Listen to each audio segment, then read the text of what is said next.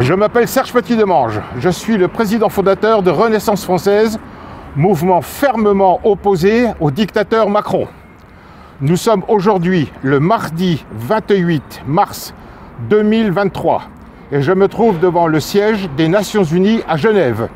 Monsieur Albert Grimaldi, ou plutôt Monsieur Albert de Polignac, en reniant votre courrier du 8 août 2019, vous, soi-disant prince Albert II de Monaco, couvrant les délits du policier Gottlieb et l'avocat Lacoste, aidé par votre avocat parisien Luc Brossolet, vous avez permis à ces trois francs-maçons spéculatifs de souiller mon honneur.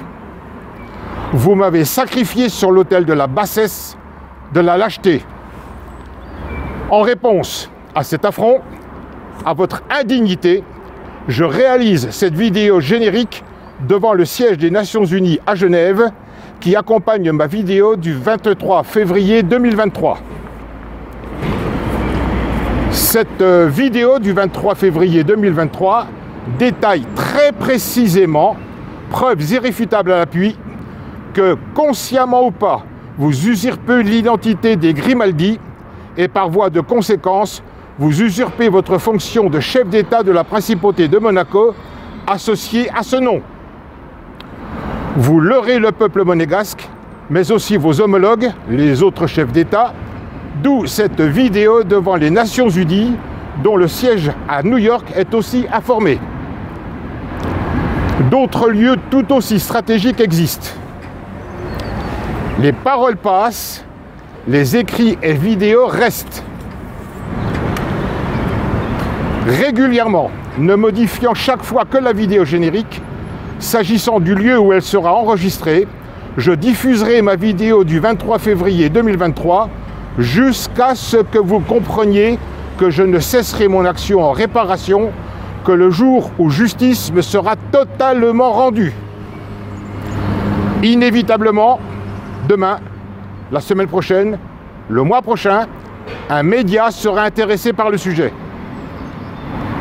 En 2021, l'État français a osé exiger de votre cousin, le comte Louis de Causan, qu'il prouve sa filiation généalogique alors que je démontre que la vôtre est une falsification. Certes, vous n'en êtes pas directement responsable, mais vous jouissez d'une position sociopolitique qui ne vous est pas due. Je le dis et je le répète, la naissance de votre grand-mère Charlotte en 1898 a mis un terme génétique définitif à la dynastie des Grimaldi. Et ce n'est pas le bras tordu par votre arrière-arrière-grand-père Albert Ier à votre grand-père le comte Pierre de Polignac, le 18 mars 1920, la veille de son mariage avec votre grand-mère Charlotte, qui changera quoi que ce soit. Il est illusoire de croire qu'une dynastie se bâtit à coups de parchemin, princier ou républicain. Vous connaissez mes conditions. Abandon de toutes les poursuites, tant civiles que pénales. Effacement de ma condamnation du 11 octobre 2022. Condamnation de vos amis francs-maçons Jean-Raymond Gottlieb, Thierry Lacoste et Luc Brossolet. Excuses écrites signées par vous. Indemnisation conséquente à la hauteur de l'offense. Et une petite dernière, relative à l'affaire des dossiers du Rocher, dont je vous réserve la surprise. En l'état, inutile de porter plainte contre moi pour chantage. En droit pénal français, nul ne peut être condamné deux fois pour le même motif. Que ce soit bien clair.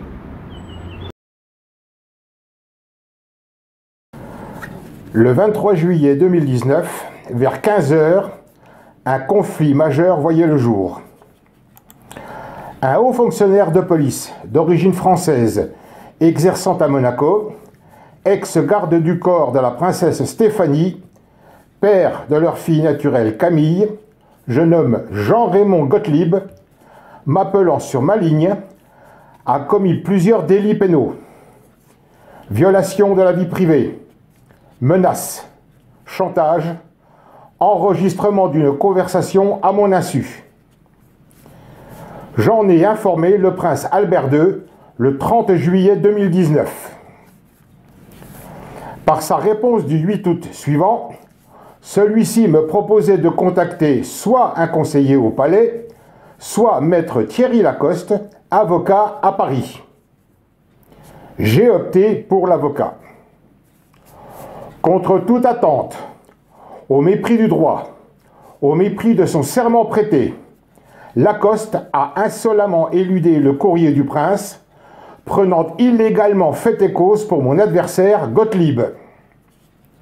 Lacoste, que le secrétariat particulier du prince, autant dire le prince lui-même, le chef de l'État monégasque, m'avait conseillé le 8 août 2019 à considérer le dit courrier comme étant un vulgaire papier toilette, ce qui me persuade intimement que c'est lui qui, dans l'ombre, en franc-maçon spéculatif, cité dans l'arrêt de la Cour de cassation numéro 15-50-100 du 14 juin 2016, ainsi que dans la nébuleuse affaire du dossier des Rochers, qui gouverne à Monaco depuis Paris. À M. Albert Grimaldi de Papier, j'ose poser la question que beaucoup de Monégasques se posent. Êtes-vous sous l'emprise d'un chantage, de menaces, pieds et poings liés, pour avoir renié votre courrier du 8 août 2019 ? Cette indigne volte-face de votre part, après votre offre sous-jacente de médiation, sinon pourquoi m'avoir répondu, est pour moi incompréhensible. À moins que j'ai vu juste avec la question que je vous pose ci-avant. Je le répète, ce qui me fait dire que ce n'est pas Albert II qui dirige Monaco, mais son ami d'enfance et avocat Lacoste, déontologiquement habilité à accepter une mission de médiation, mission qu'il a refusée en se rapprochant de mon adversaire, avocat qui n'a pas hésité à violer ce code de déontologie, ce code professionnel, ce code d'honneur de tous les avocats. Une mission de médiation consiste à réunir les parties, s'asseoir autour d'une table, afin de trouver une solution équitable suite à un conflit naissant. En général, l'accord est confidentiel, surtout s'il est question de gros sous.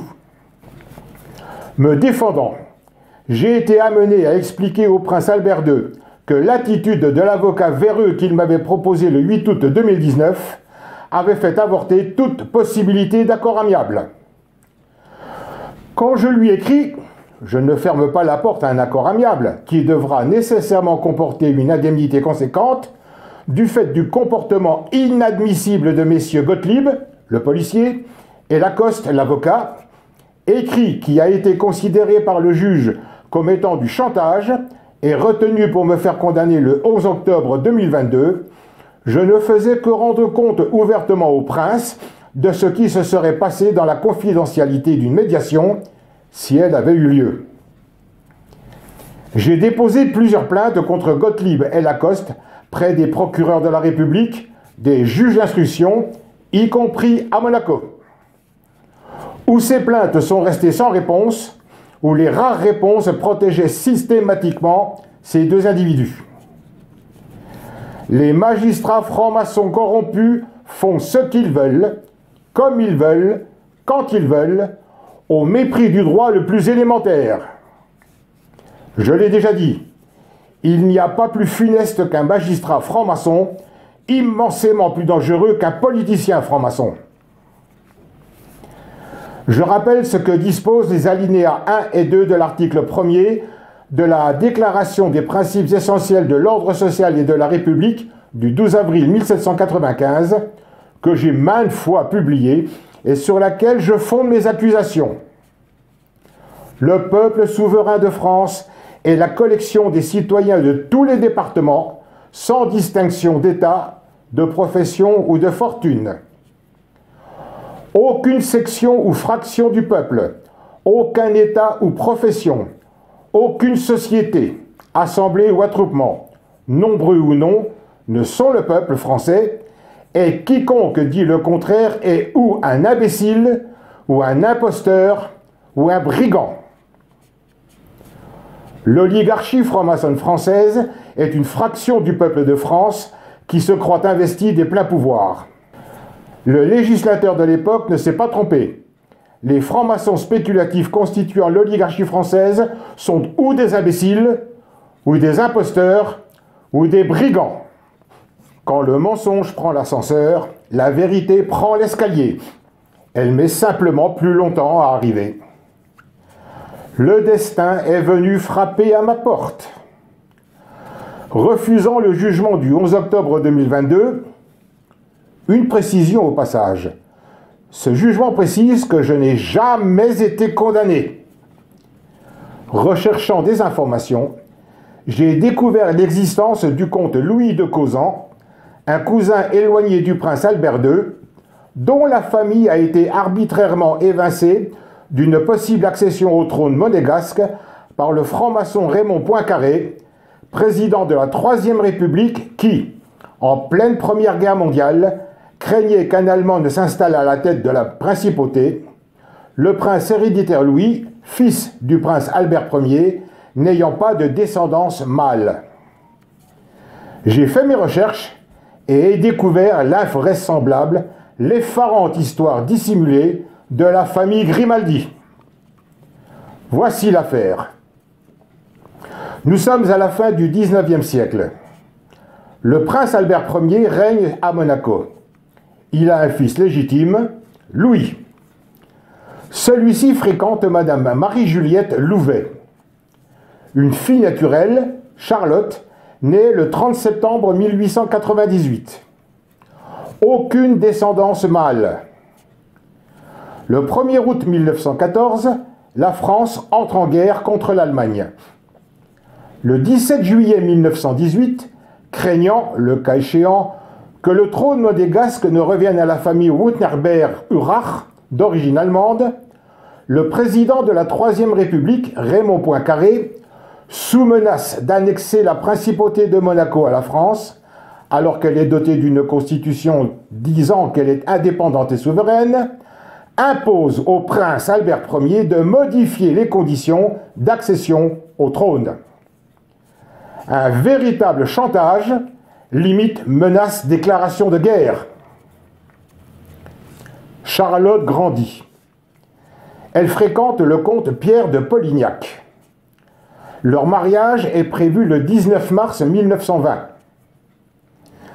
Par ordonnance du 18 mars 1920, 24 heures seulement avant le mariage, le prince Albert Ier modifie l'arbre généalogique de la famille de Polignac, demandant au futur époux, le comte Pierre de Polignac, de changer de nom, adopter le seul nom de Grimaldi.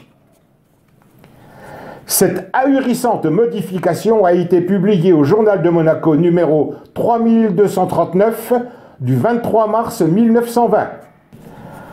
Afin d'assurer la continuité de la dynastie, un Grimaldi impose à un de Polignac de renier sa propre généalogie au profit d'une généalogie de circonstance, une généalogie de papier. Je décrypte l'ordonnance modificative de la lignée généalogique. Mon cher comte, si vous voulez marier ma petite fille Charlotte, il vous faudra abandonner l'existence même de votre propre ascendance, tirer un trait définitif sur l'arbre généalogique de votre famille. Y a-t-il eu corruption? Le mariage aurait-il eu lieu si le comte Pierre de Polignac avait refusé de sacrifier l'arbre généalogique de sa famille? Imaginons que l'attachement pour ses ascendants, le respect pour son père, pour sa mère, pour l'arbre généalogique de sa famille, soit supérieur à l'amour qu'il portait à Charlotte, le comte Pierre de Polignac ait refusé cette mutation pour le moins autoritaire. Albert II n'existerait pas. Je peux comprendre qu'on abandonne son trône, abdiqué par amour. Le roi Édouard VIII l'a fait le 10 décembre 1936. Mais renier son père, renier sa mère, est tout simplement inconcevable dans un esprit sain. Surtout pour divorcer 10 ans plus tard. Le prince Régnier III, seul descendant mâle du comte de Polignac, a épousé Madame Grace Kelly. 3 enfants sont nés, dont un mâle, Albert. Cet homme, qui se fait appeler Albert Grimaldi, est en réalité de souche Albert de Polignac, le petit-fils du comte Pierre de Polignac, mais en aucun cas l'arrière-petit-fils de souche du prince Albert Ier Grimaldi. La science d'aujourd'hui est en mesure de prouver ce que j'affirme. Une filiation, une descendance légitime ne peut être issue d'une ordonnance, fût-elle princière. Un parchemin ne compte ni spermatozoïdes, ni ovules. Au risque de paraître grivois, qu'on le veuille ou non, sans prétention de ma part, mais sachant comment on fait les enfants, le spermatozoïde ayant généré le futur règne étroit n'est pas un Grimaldi, mais un de Polignac. Par voie de conséquence, la descendance, la filiation, la souche, le spermatozoïde aboutissant à la naissance du futur Albert II n'est pas un Grimaldi, mais un de Polignac. Malgré un courrier recherchant l'apaisement, sinon pourquoi m'avoir répondu? Suite au conflit ouvert le 23 juillet 2019 par le sieur franc-maçon Gottlieb, conflit amplifié par la complicité illégale de l'ami d'enfance d'Albert, l'avocat franc-maçon Lacoste, je fus amené à me défendre avec les moyens dont je dispose. Le droit, mes droits, la déontologie de la profession d'avocat, la science génétique et la réponse écrite du 8 août 2019. Suite aux événements judiciaires dont j'ai fait état au début de la présente vidéo, je viens d'être condamné par le tribunal correctionnel de Privas, en France, aboutissement d'une plainte de Monsieur Albert Grimaldi au motif de chantage, alors que, le répétant pour la énième fois, je ne faisais que l'informer sur ce qui se serait passé en cas de médiation, proposition sous-jacente du courrier du 8 août 2019, volontairement avorté par Lacoste. Le jugement rendu porte le nom de la victime, Monsieur Albert Grimaldi. Albert Grimaldi est une fausse identité. Je suis face à une fraude au jugement, l'emploi d'une fausse identité, réprimée par l'article 313-1 du Code pénal français, 5 ans d'emprisonnement et 375 000 € d'amende, peine amplifiée par l'article 313-2 du même Code pénal, à 7 ans d'emprisonnement et 750 000 € d'amende pour tromperie envers une personne publique. Le juge est une personne publique. Associé à un abus de confiance, le courrier réponse du 8 août 2019, maintes fois rappelé dans mes courriers recommandés et vidéos, abus de confiance défini par l'article 314-1 du Code pénal est puni de 5 ans d'emprisonnement et 375 000 € d'amende. Je viens de déposer plainte contre Albert de Polignac, soi-disant Albert Grimaldi. Et ce n'est pas son ordonnance princière numéro 7475 du 22 mai 2019 qui le sauvera. Cette ordonnance n'accourt que sur le territoire de la Principauté de Monaco, pas en France. Stop! J'ai suffisamment subi dans cette affaire. Ma patience a des limites. Je vais alerter le GRECO, le groupe d'État contre la corruption. Mon message est clair. Je réitérerai cette vidéo autant de fois que nécessaire. Je prends à la lettre ce que dit le premier alinéa de l'article 1er de la Déclaration des droits de l'homme et du citoyen du 26 août 1789. Les hommes naissent et demeurent libres et égaux en droit. Vous comme moi sommes égaux devant la loi. Or, premièrement, plus aptes à faire des enfants hors mariage. Deuxièmement, exercer à la fois le pouvoir exécutif et le pouvoir législatif. C'est votre Constitution de 1962 qui le dit. Article 3. Le pouvoir exécutif relève de la haute autorité du prince. La personne du prince est inviolable. Et article 4. Le pouvoir législatif est exercé par le prince et le Conseil national. Avez-vous une notion, même superficielle, de ce qu'est la séparation des pouvoirs. Ces articles 3 et 4, contredits par l'article 6 de la même Constitution, la séparation des fonctions administratives, législatives et judiciaires est assurée. Troisièmement, s'auto-immuniser, se mettre à l'abri, vous et les personnes que vous protégez, en rendant votre ordonnance numéro 7475 du 22 mai 2019 en pleine affaire Rybolovlev, enquête menée par le juge Édouard Levrault, dont votre actuel chef de cabinet, à l'époque secrétaire d'État à la justice, s'est débarrassé. Icare se serait-il approché trop près du soleil? Faut-il que vous ressentiez une certaine culpabilité pour vous autoprotéger, préciser une troisième fois que votre personne est inviolable, alors que votre Constitution le précise de façon originelle? Quatrièmement, commettre un acte de népotisme en protégeant Gottlieb, policier ayant commis plusieurs délits, et Lacoste, votre ami d'enfance, avocat qui a bafoué le droit et son serment en me trahissant, vous en faisant leur complice.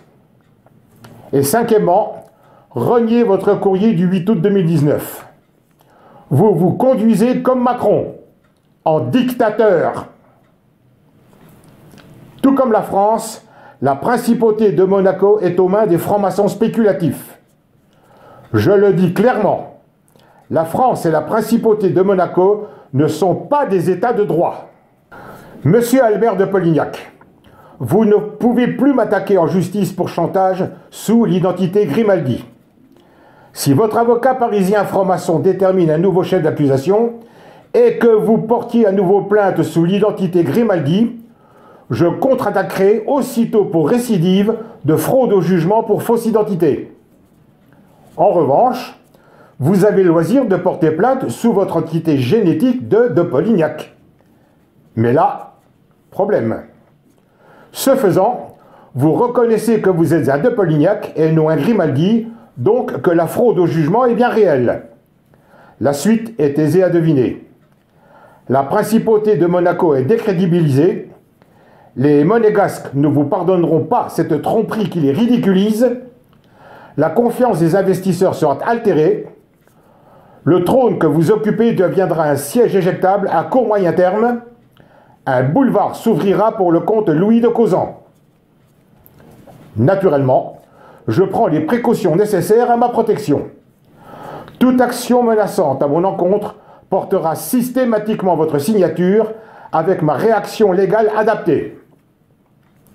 J'avais prévenu, il ne fallait pas souiller mon honneur, mon intégrité, mon honnêteté, ma loyauté, ma droiture.